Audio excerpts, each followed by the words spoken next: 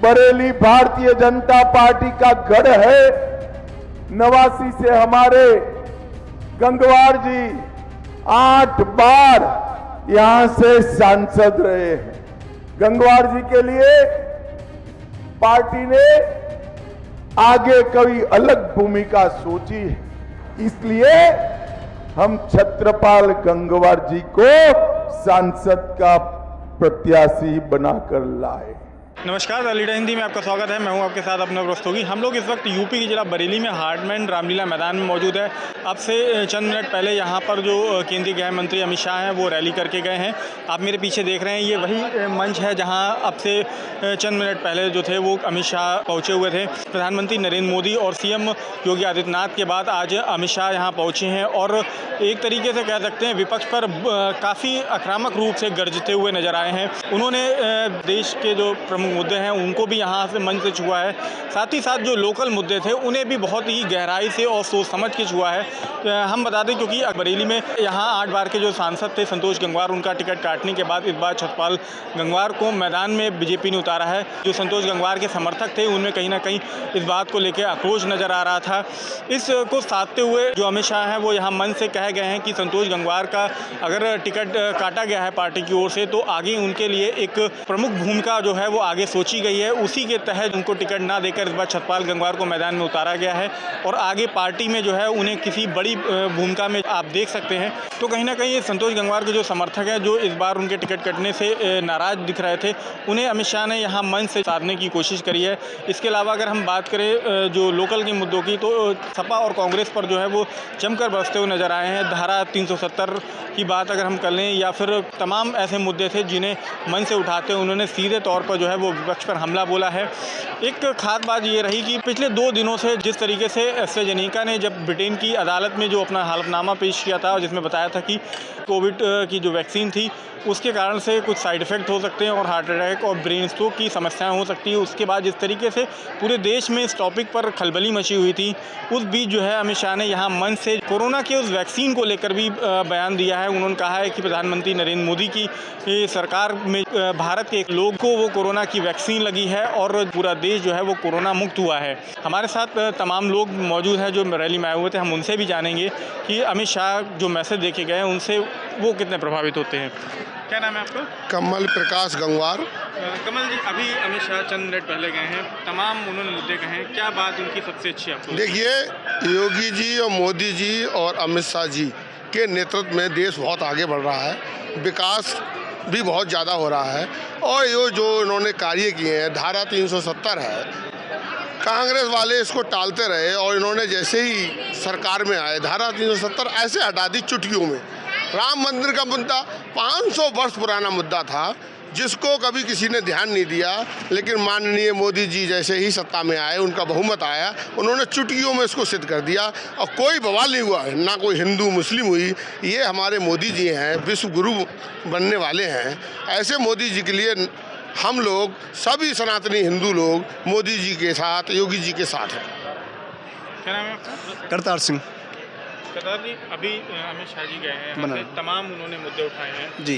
क्या बात उनके भाषण की आज सबसे अच्छी लगी आपको? देखिए, उन्होंने जो कहा है, एक तो सबसे परिवार विरोधी वाली उन्होंने बात कही और हमेशा ये बच्ची होना भी नहीं चाहिए। एक समाज में भी रहते तो सबको साथ सबका विकास की बात हमेशा सोचनी चाहिए। और आज जो अपने हमारे गृह मंत्री जी हैं, उनकी और मोदी जी की जो सोच रही है इस समाज के नहीं, इस देश के प्रति, और देश भी नहीं, हम लोग हमेशा विश्व के लिए हमेशा विश्वास करते हैं, विश्व का कल्याण हो वाली जो भावना से लोग चलते हैं, उसी उद्देश्य से वो चल रहे हैं। जिस तरीके से संतोष गंगवार जी का टिकट कटने के बाद जब छत्रपाल जी का हुआ था तो तमाम इस तरीके की बातें उठ रही थी कि संतोष जी के जो समर्थक है वो नाराज़ हैं।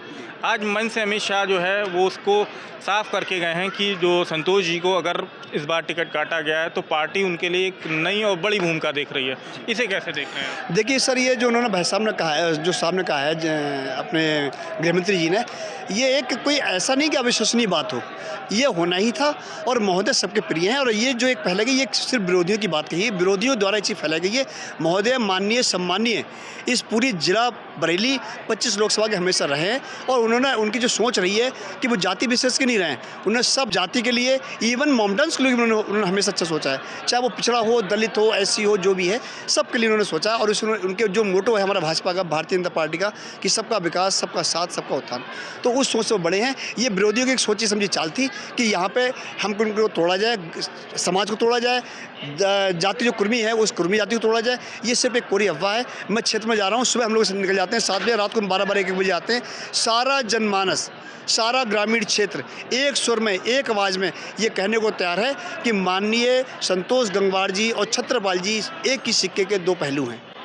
और ये सिर्फ और सिर्फ कोरी अफवाह है, उससे होने वाला कुछ नहीं है। हम लोग 400 सीट नहीं, हम 400 नहीं 450 की सीट पार कर रहे हैं।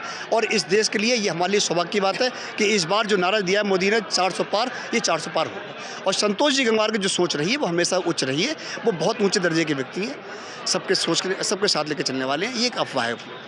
क्या नाम है आपका? मेरा सर्वेश सिंह यादव नाम है। विपक्ष को बहुत बड़ा झटका लगने वाला है। इनके साथ सभी जातियां साथ में है, हमारे जनता पार्टी साथ, यादव भी है, सभी जातियां बिलोंग करती हैं यहाँ, और सभी को एक साथ मतलब सम्मान मिलता है और सभी को कार्य करने के यहाँ आगे बढ़ने का वो दिया जाता है यहाँ। आज पूरे अमित शाह का जो भाषण था उसमें आपको सबसे अच्छी उनकी बात क्या, मुद्दा क्या लगा? उन्होंने कहा परिवारवाद नहीं होना चाहिए, सबको आगे बढ़ने का मौका दिया जाना चाहिए। बोलना चाह रहे हैं आप? माननीय अमित शाह जी ने जो आज बात आप पूछ रहे हैं बार बार कि क्या अच्छा लगा, तो मुझे सबसे अच्छा ये लगा उन्होंने अपील की कि बरेली लोकसभा 25 से श्री छत्रपाल सिंह गंगवार को भारी मतों से विजयी बनाएं। और हमारे जो सांसद रह चुके हैं श्रीमान संतोष कुमार गंगवार जी, उनके बारे में जो कहा गया, हमें लगता है कि उनने इशारा आज कर दिया कि वो राज्यपाल बहुत ही जल्दी बनने वाले हैं। इस बात की हमें बहुत खुशी है। क्या नाम है आपका? मेरा नाम मोनू गुप्ता है, मैं महानगर मंत्री हूँ किसान मोर्चा। मोनू भाई, अभी अमित शाह जी जो हैं वो रैली करके गए, तमाम मुद्दे छुए, क्या मुद्दा जो था वो आज सबसे अच्छा लगा? सबसे बड़ा मुद्दा ये है, हमारी बरेली के लिए सबसे भव्य बात रही है कि कोई भी नेता है, बड़ा हो या छोटा हो, जो भी आता है हमारी बरेली को पसंद करता है, हमारी अवाम को सबको पसंद करता है। हिंदू मुस्लिम की एकता की प्रतीक है।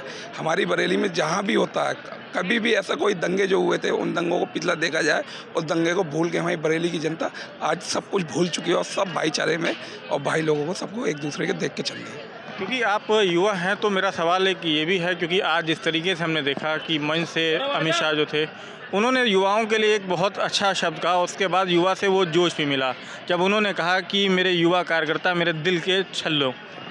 युवाओं के लिए मैं कहना चाहता हूं कि युवा चाहे महिला हो चाहे जेंट्स हो, मेरे सब भाई बहन हैं। अमित शाह जी इन चीज़ों पर बहुत गौर देते हैं कि युवक क्या करना चाह रहा है। नई पीढ़ी आगे बढ़ाने के लिए मोदी जी भी बहुत संघर्ष कर रहे हैं। आपने सुना होगा मन की बात होती है, तो मन की बात पे भी वो कहते हैं कि हमारे देश की भविष्य ही है, इसको कहीं से भी जरा सी भी चोट लगे तो तकलीफ उनको होती है। क्योंकि आप बीजेपी से जुड़े भी हैं, अभी अगर हम हाल ही में बात करें, क्योंकि इस बार संतोष जी का टिकट कटने के बाद छत्रपाल जी को मैदान में लाया गया, तो तमाम इस चीज़ को लेकर चर्चा कहीं ना कहीं हो रही थी कि अंदर खाने इसका विरोध होगा, संतोष जी को हटाए जाने का उनके समर्थक नाराज़ हैं।